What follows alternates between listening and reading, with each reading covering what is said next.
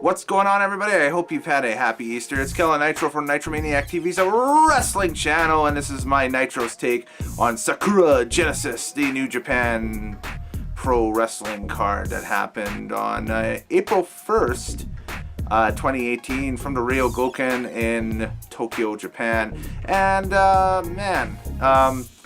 I was looking forward to this card, particularly just when the main event match was announced that Sabre Jr. was going to have a chance at the IWGP heavyweight title against Kazuchika Okada.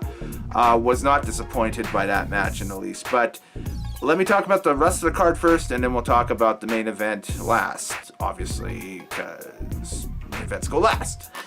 It's the way of the way of the beast, almost. As you can tell, it's a bright, sunshiny day behind me, so we finally are looking like spring is sprung in my neck of the woods. But anyway, Sakura Genesis, here we go. The opening match kind of continued the Bullet Club is fine / Bullet Club is imploding underneath everybody's feet storyline, with the Young Bucks taking on Yujiro Takahashi and Chase Owens in a tag team opener.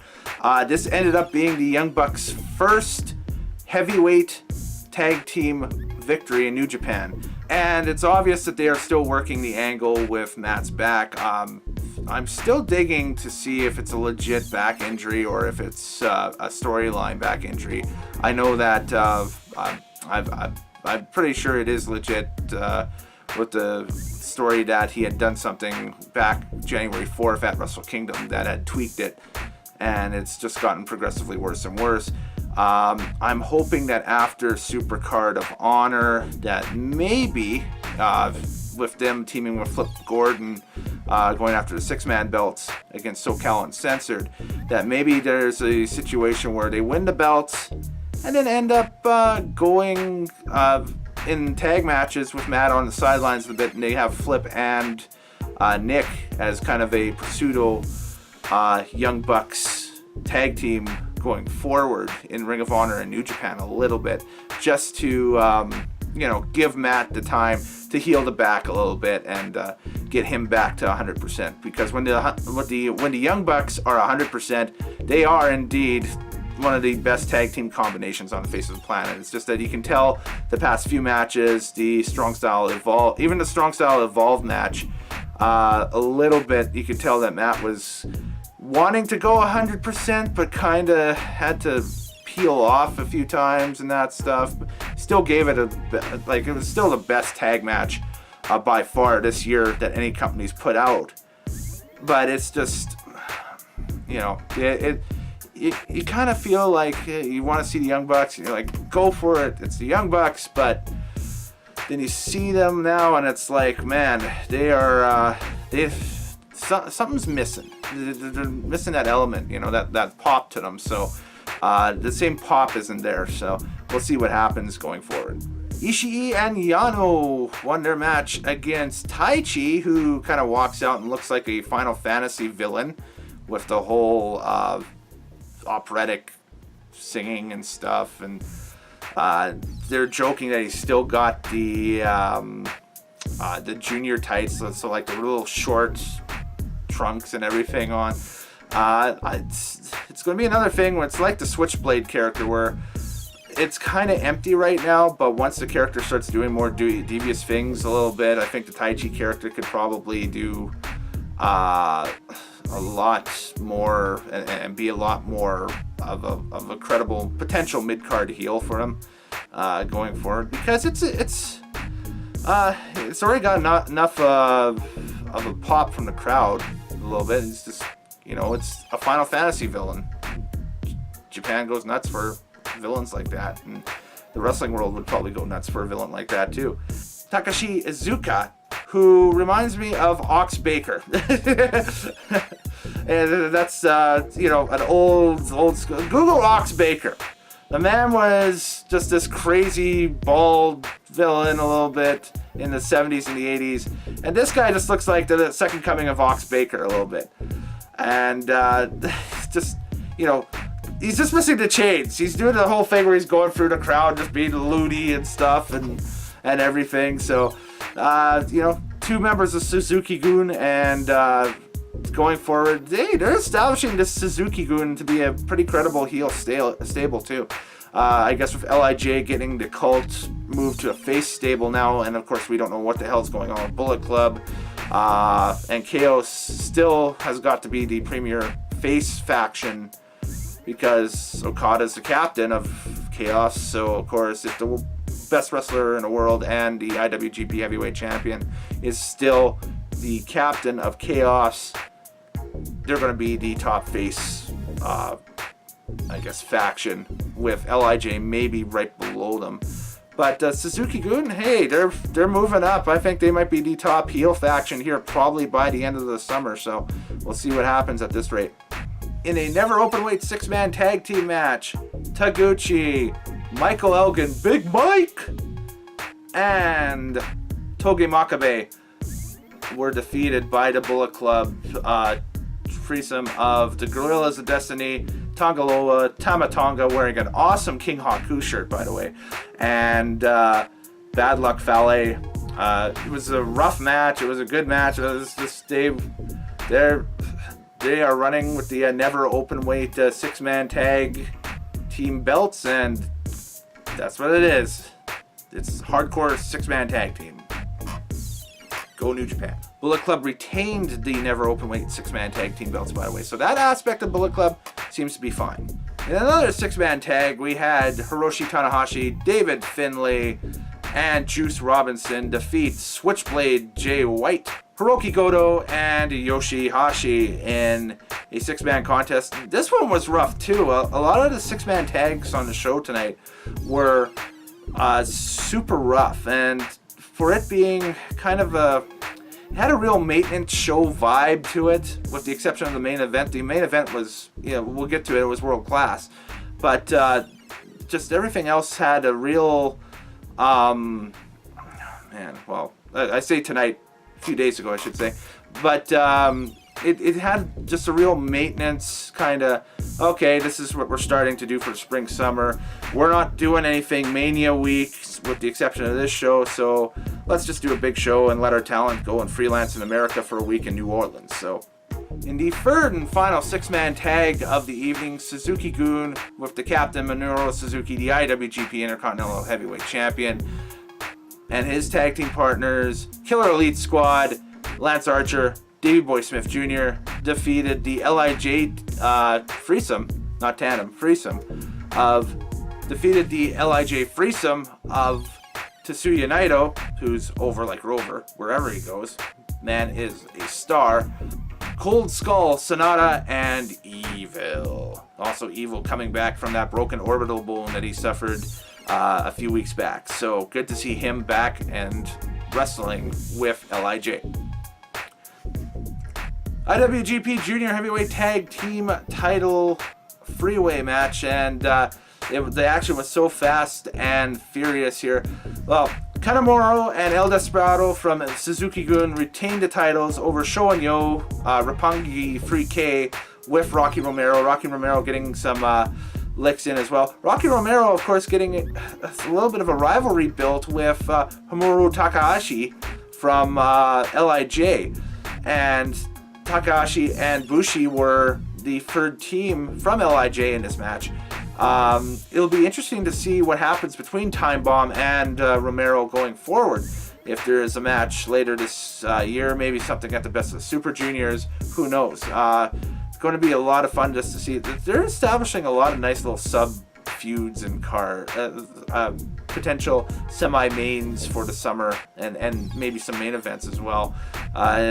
Man, their booking is next level right now. I've said that going back to the year in review video. Their booking is next level. Match of the night, easily the IWGP Junior Heavyweight title match. This was a show stealer, in my opinion, even better than the main event.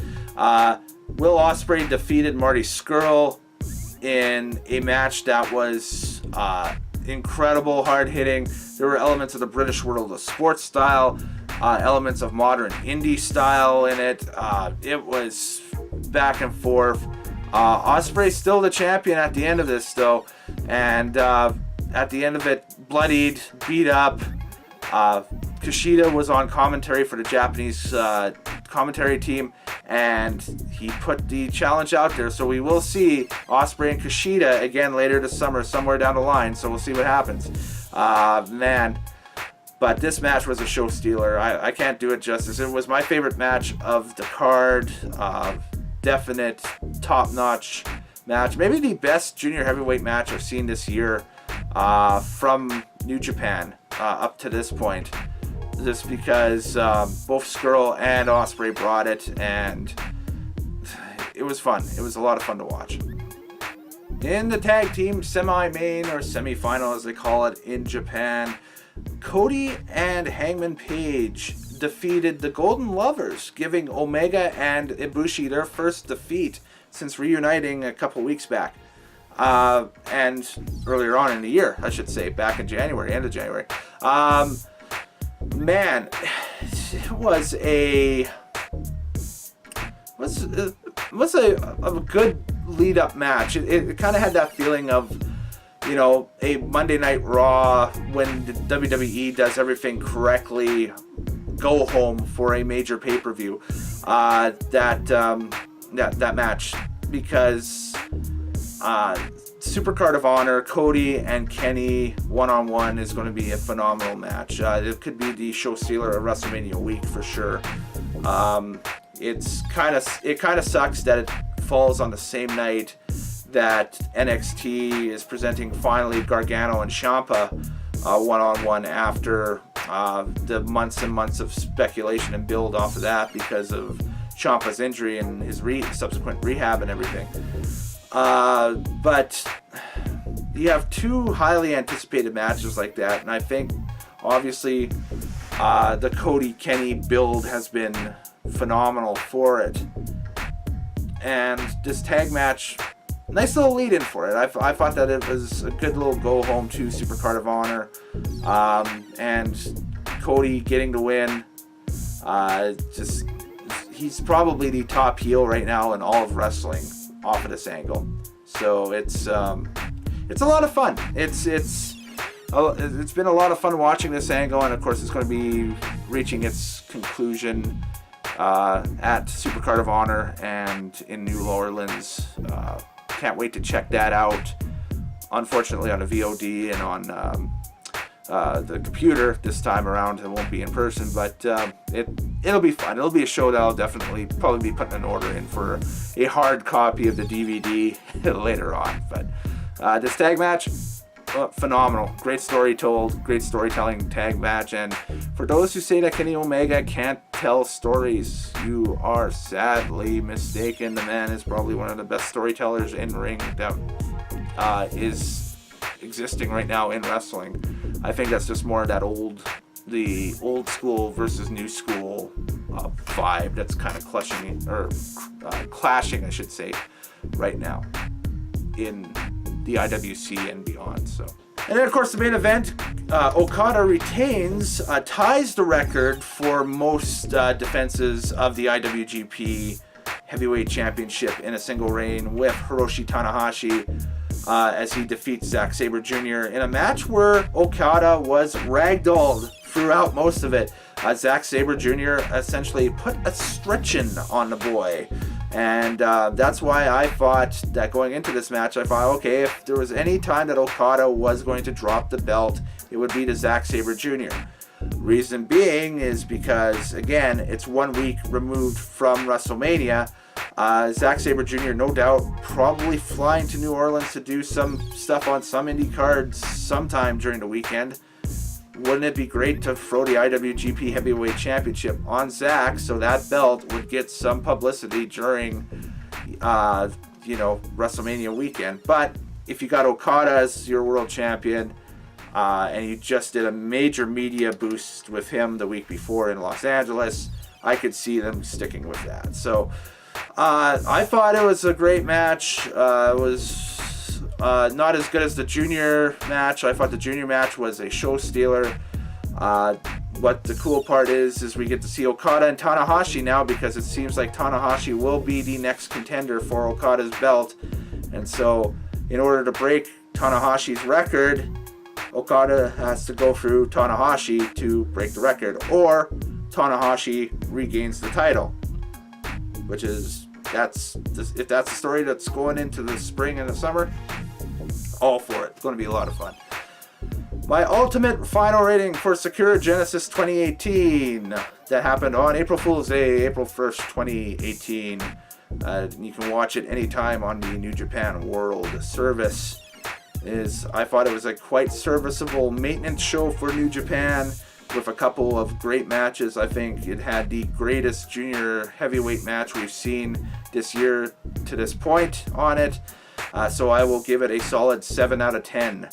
And for watchability and production reasons and everything, I thought the commentary again was top notch with Romero, Callis, and Kevin Kelly, the Freeman booth at work for New Japan, doing its thing. Was great, was a lot of fun, and a very watchable card. So wrestling fans, check it out. I'm Kellen Nitro. We'll talk to you next time. Later days. Happy wrestling watching. And oh boy, the fun is just starting. Going to be a lot of these over the next week or so, because it'll be WrestleMania weekend, and there's going to be a lot of stuff happening. And I'll be checking it out from the safe and cozy confines, most of it from Nitromaniac HQ right here. So it'll be a lot of fun. I hope you do join me. Subscribe, like, comment below, and yeah, we'll see y'all later on.